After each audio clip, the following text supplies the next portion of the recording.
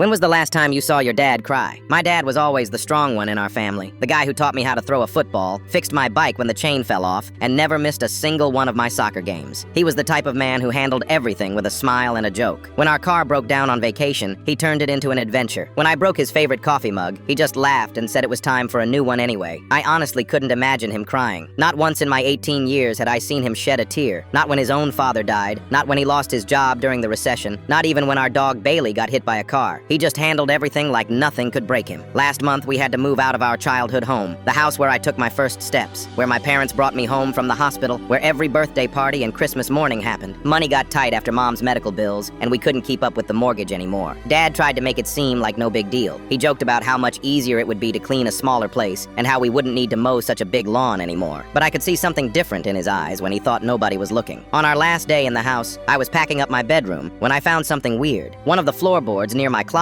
was loose. I pried it up with a screwdriver and found an old envelope wedged underneath. It was yellowed and dusty, like it had been there for years. The handwriting on the front was in cursive, addressed to my dad. It looked really old. I ran downstairs with it, curious about what it could be. Dad was sitting in the empty living room, surrounded by boxes, just staring at the walls. When I held up the envelope, his face went completely white. He didn't say anything, just took it from my hands with shaking fingers and sat down on the bare floor. I watched him open it carefully, like it might fall apart. As he started reading, his hands began to tremble. Then I saw something I never thought I'd see in my entire life. Tears started rolling down his cheeks. Not just a few tears either. He was full on crying, shoulders shaking, trying to catch his breath. It scared me because I had never seen him like that. I sat down next to him, not knowing what to do. He handed me the letter with wet hands. It was from my grandmother, his mom, who died when I was only 3. The paper was thin and fragile, covered in her careful handwriting. The letter was dated the night before she passed away from cancer. She must have hidden it during one of her last visits to our house. In it, she wrote about how proud she was of the man he had become, how she loved watching him be a father, and how she hoped he would never stop smiling even after she was gone. She told him that seeing him with me was the greatest gift she could have asked for. At the bottom, she wrote that she hid the letter in my room because she wanted him to find it someday when he needed to remember how much he was loved. Dad sat there reading it over and over, tears just streaming down his face. His voice was all shaky when he whispered, "I thought this letter got lost when we cleaned out her house." I searched everywhere for it. He kept wiping his eyes, but the tears wouldn't stop. She wrote this the night before she died, and I never got to tell her how much her words meant to me. I put my head on his shoulder, and we just sat there in that empty house, both of us crying now. He held that letter like it was the most precious thing in the world. That was the first time I saw my dad cry, and it made me realize he wasn't as strong as I thought.